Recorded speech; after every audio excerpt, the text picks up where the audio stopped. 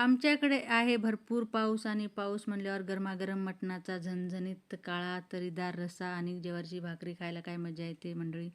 तर नमस्कार मंडळी, कशा आहात? टेस्ट ऑफ महाराष्ट्रामध्ये तुमचं सर्वांचं स्वागत आहे. तर चला आज बनवूया आपण मस्त झणझणीत काळ्या मटणाचा रस्सा. तर इथे मी मटण 1 किलो छान धुवून घेतलेलं आहे. एका टोपामध्ये थोडंसं तेल घातलं, त्याच्यामध्ये आलं लसूण आणि कोथिंबीरची पेस्ट घातलेली आहे. मटणाला मी हळद मीठ लावून घेतलं होतं. ते हळद मीठ लावलेलं मटणसुद्धा मी या तेलामध्ये परतायला टाकलेलं आहे. ते टाकलेलं आहे मी गरम पाणी आणि मटण शिजायला ठेवलेलं आहे.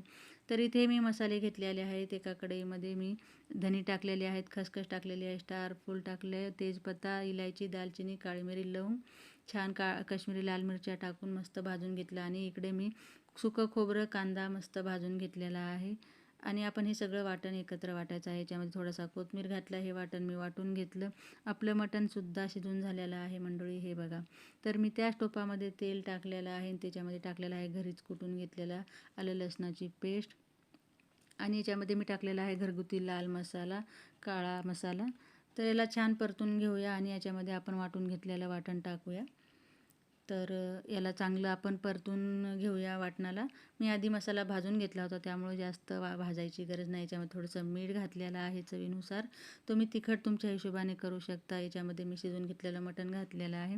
तर कसा वाटला मंडळी व्हिडिओ नक्कीच सांगा. जर व्हिडिओ आवडल्यास लाईक करा. जर रेसिपी पूर्ण बघायची असेल तर आपल्या यूट्यूब चॅनलला रेसिपी पूर्ण आहे, नक्की जाऊन बघा. आणि याच्यावर टाकलेलं आहे मी बारीक कट करून कोथिंबीर. भेटू पुढच्या व्हिडिओमध्ये. तोपर्यंत धन्यवाद. Bye bye.